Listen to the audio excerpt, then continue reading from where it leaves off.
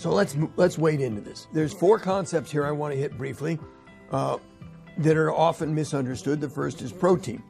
Everybody talks about protein, but not a whole lot of people really understand it.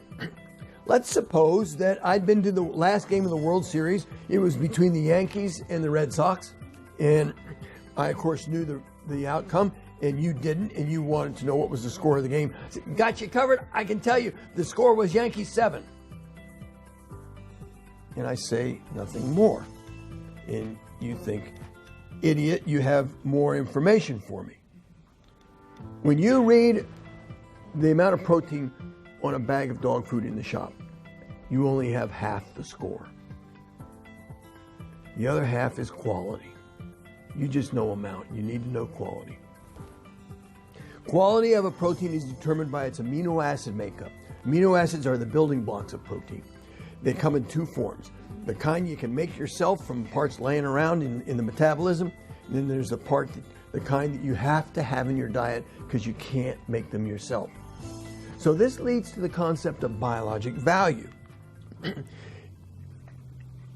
The value of a protein is determined by the essential amino acids. And the analogy we can have here is, if you think in terms of a barrel, with the staves are different size, the amount of water that barrel will hold is limited by the shortest stave. The quality of a protein is limited by the essential amino acid that is the least in the diet. In this case, that's not methionine, or that's not meth, it's methionine. It's usually the most, what we call rate-limiting amino acid.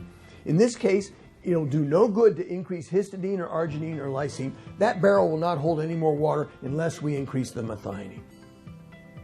So this is the concept of biologic value. The protein of egg, not egg itself, the protein of egg is the best protein in the world. This makes sense if you think about it. It must become a whole creature with no further input from anywhere. So it's arbitrarily assigned a value of 100. Everything is compared to it. The protein in milk is very high. It's 93. Well, here again, sole nutrition for a mammal. You see, rice has a biologic value of 86.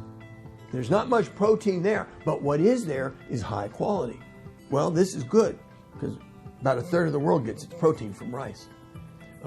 Below a biologic value of 75, you have insufficient quality to support growth of a young mammal. Now, you can take plant proteins if you really know what you're doing and you're really careful and you work hard, and you can construct a diet that will grow an immature mammal. But it's a lot of work and you got to really know what you're doing. And all you got to do is add a glass of milk a week and you don't have to worry about a thing. And this is the power of biologic value. So I can design a diet that is 30% protein and it contrasts with one that is 10. The diet that is 10 seems inadequate compared to the 30. But if the 10 is all egg protein and the 30 is all shoe protein, the 30 won't work and the 10 will. So when you know the percent protein, you only know part of the story.